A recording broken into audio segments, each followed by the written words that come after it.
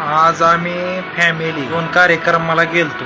एक मित्राच्या मुलाचा वाढदिवस आहे, मित्राचा मुलगा, ह्याचा बर्थडे सेलिब्रेशन करण्यासाठी गेलतो. आणि दुसऱ्या ठिकाणी आमचा जो वर्गमित्र होता, जिवलग मित्र, कारण की माझ्याशिवाय एक दिवस सुद्धा राहिलेला नाही, हा आमचा वर्गमित्र मला घरी बोलवायचा.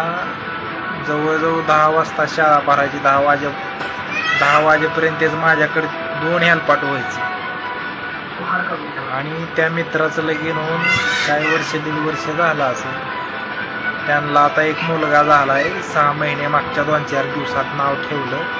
मग मला काय जाया जमलं नाही, म्हणून मी आता फॅमिली सकट गेलो. त्यावेळेस त्यांच्या मुलाला मी कपडे नेली, म्हणून त्यांनी मला मोकळ्या हाताने येऊ दिलं नाही. आम्हा सर्व फॅमिलीला फुल पोशाख घेतला आहे.